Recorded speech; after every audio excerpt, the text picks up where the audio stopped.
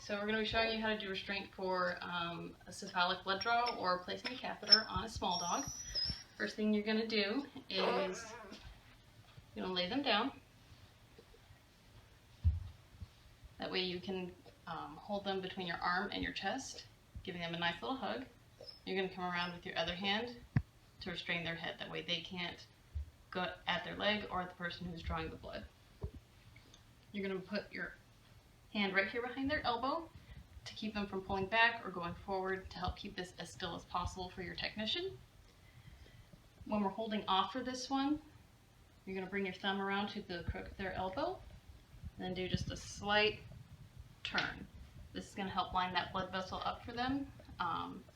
When they're putting in a catheter, you're going to keep holding off until your technician tells you to let go. When they're doing the blood draw, again, same thing. When they tell you let go, it'll be your job to then put your finger over that spot to hold off when they're done drawing blood.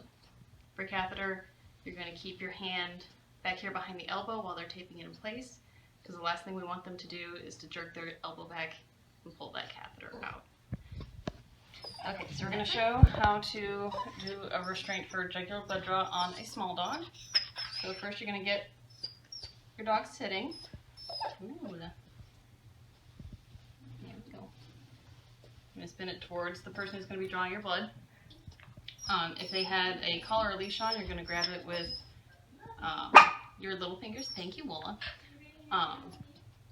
With these little guys, holding most of their head with your hand, you can put your index fingers over the top, holding them like this. That way you can have complete control over their nose, because your person who's drawing the blood might need their nose to go up or down, just depending on when they're feeling for that blood vessel.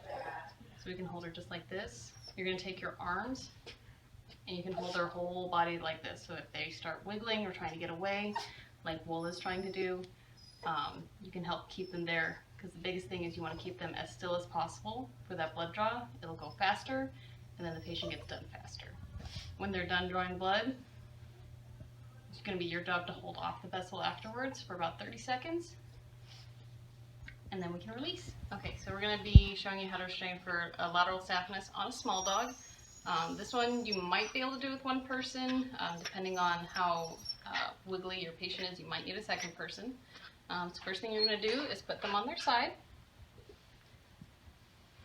Good girl, Wola. And then they're going to be going for the blood vessel. It's here on the outside of the leg. So to hold off for it, you're going to bring your hand up right here around their thigh. And you're going to hold off.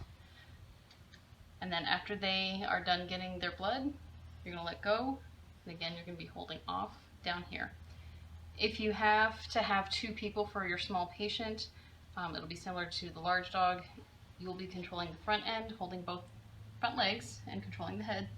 And the person in the back will be in charge of holding off the vessel and then putting pressure after the blood draw is done.